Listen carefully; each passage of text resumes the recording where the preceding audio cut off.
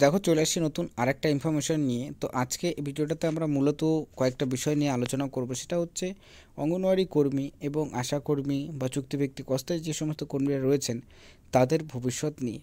ঠিক আছে, ভবিষ্যৎ নিয়ে মানে বেসিক্যালি কি, যে এই ডিপার্টমেন্টগুলোর যে কর্মীরা রয়েছেন তারা যেইভাবে করে কাজ করে চলেছেন এবং প্রত্যেক দিন কিন্তু নতুন নতুন প্রজেক্ট অ্যাড হচ্ছে, নতুন নতুন প্রোগ্রাম অ্যাড হচ্ছে, সেই কাজগুলোকে অঙ্গনওয়াড়ি কর্মীদের করতে হচ্ছে। ইভেন সবচেয়ে উল্লেখযোগ্য যে বিষয়টা আমরা দেখতে পাচ্ছি যে পোষণ টাকার অ্যাপসের কাজ কর্মীদের কিন্তু প্রতিনিয়ত করতে হচ্ছে। আর অন্যদিকে এই পোষণ টাকার অ্যাপস ব্যবহার করার জন্য যে স্মার্টফোন দেওয়ার কথা, যেটা ঘোষণাও হয়েছিল যে 10,000 টাকা করে দেওয়া হবে, কিন্তু সেটা আমরা দেখতে পাচ্ছি যে অফিসিয়াল নোটিফিকেশনের মধ্যেই এটা রয়েছে।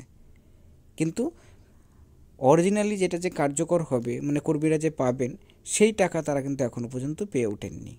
আর অন্য অন্য স্টেটের যদি কথা বলা হয়, অন্য অন্য স্টেটে কিন্তু কর্মীরা প্রথমত মোবাইল পেয়েও গেছেন এবং সেই মোবাইলটাকে ঠিক করার পর জন্য তারা অনেক সময় কী হয়েছে, আগেকার দিন যখন মোবাইল দেওয়া হয়েছে আজ থেকে 2-3 বছর আগে বা 4 বছর আগে অন্য অন্য স্টেটে, সেই স্টেটে অনেক মোবাইল যেগুলো হ্যাং করছিল বা কাজ করছিল না, সেগুলোর পরিবর্তে কিন্তু আবারও টাকা দেওয়া হয়েছে কর্মীদেরকে। আর এই রাজ্য পশ্চিমবঙ্গের কথা যদি বলা হয়, তো পশ্চিমবঙ্গে কিন্তু কর্মীরা এখনও পর্যন্ত কোনো রকম স্মার্টফোনে টাকা পাননি, যদিও কিনা অফিসিয়ালভাবে বলা হয়েছিল যে কর্মীদেরকে 10,000 টাকা করে দেওয়া হবে। ঠিক আছে, তো এই ক্ষেত্রে অনেক কোশ্চেন তৈরি হয় এবং বেতন বৃদ্ধিও দেখতে পারলাম আমরা যে সামনে দুটো বাজেট যে গেল, সেই বাজেটে কোনো রকমভাবে বেতন বৃদ্ধি নিয়ে কোনো কথাই কিন্তু কোনো কর্মীরা বলা, মানে বাজেটে বলা হয়নি। এবং সেই ক্ষেত্রে কি অন্যান্য ডিপার্টমেন্টের কর্মীদের বেতন বৃদ্ধি করানো হলো, কিন্তু অঙ্গনওয়াড়ি কর্মীদেরকে টোটালি নেগলেক্ট করা হলো। তো সেই ক্ষেত্রে কর্মীদের কিন্তু আমরা দেখতে পাচ্ছি, ইভেন আমরা লোকসভা মানে পার্লামেন্টও এই বিষয়টা দেখছি যে পার্লামেন্টেও কিন্তু অঙ্গনওয়াড়ি কর্মীদের এবং আশা কর্মীদের যে বেতন বৃদ্ধি এবং তাদের যে হেলথ স্কিম থেকে শুরু করে বাকি যে সার্ভিসগুলো রয়েছে যেগুলো কর্মীরা পাচ্ছেন বা পাওয়ার যোগ্য, সেগুলো নিয়ে কিন্তু প্রতিদিনই কিন্তু প্রায় সংসদ তোমাদের পার্লামেন্টে এটা নিয়ে কথা উঠছে। ঠিক আছে, তো সেই ক্ষেত্রে এবং পশ্চিমবঙ্গের কথাও যদি বলা হয়, তো পশ্চিমবঙ্গও কিন্তু এই রীতিমতো 2-3 দিন ধরে কিন্তু অঙ্গনওয়াড়ি কর্মীরা কলকাতাতে তারা কিন্তু এ নিয়ে প্রতিবাদ মিছিল করছেন এবং রিসেন্টলি কিন্তু তারা প্রতিবাদ মিছিল করেছেন এবং ডেপুটেশনও কিন্তু আমরা দেখতে পাচ্ছি, মাস ডেপুটেশনও কিন্তু জমা পড়ছে বিভিন্ন রকম ডিপার্টমেন্টে। তো সেই ক্ষেত্রে আইসিডিএস ডিপার্টমেন্টে, তো সেই ক্ষেত্রে বেতন বৃদ্ধির আদৌ কি সম্ভাবনা রয়েছে কিনা। তো দেখো একটা বিষয় আমি বলবো যে বেতন বৃদ্ধি সরকার তখনই, অন্যান্য রাজ্যের এক্সাম্পল হিসেবে যদি আমরা দেখি, অন্যান্য রাজ্য বলতে কোন রাজ্য, যেমন বিহারে রিসেন্টলি কিন্তু কতদিন ধরে অঙ্গনওয়াড়ি কর্মীরা এমনকি স্ট্রাইকে ছিলেন যে তারা কাজ করবেন না।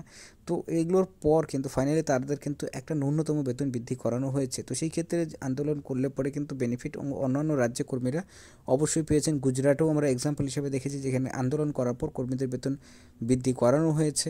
তো এরকম অনেক রাজ্যই রয়েছে যেখানে ডেপুটেশন, প্রতিবাদ মিছিল এবং আন্দোলন করার পর কর্মীদের বেতন কিন্তু অবশ্যই বৃদ্ধি করেছে। তো সেক্ষেত্রে পশ্চিমবঙ্গ কর্মীরাও কিন্তু এ নিয়ে একদম জোরদার আন্দোলন করছেন, প্রতিবাদ মিছিল করছেন যাতে তাদের বেতন বৃদ্ধি করানো হয়।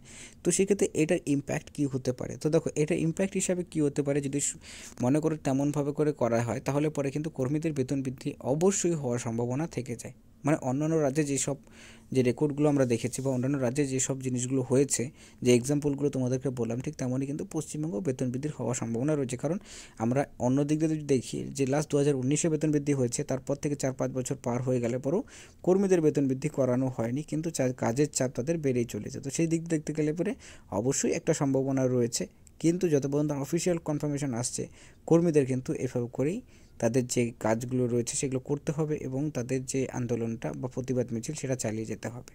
তো যাই হোক, এই আপডেটগুলোই বোঝানোর ছিল তোমাদেরকে। ভিডিওটি দেখার জন্য ধন্যবাদ।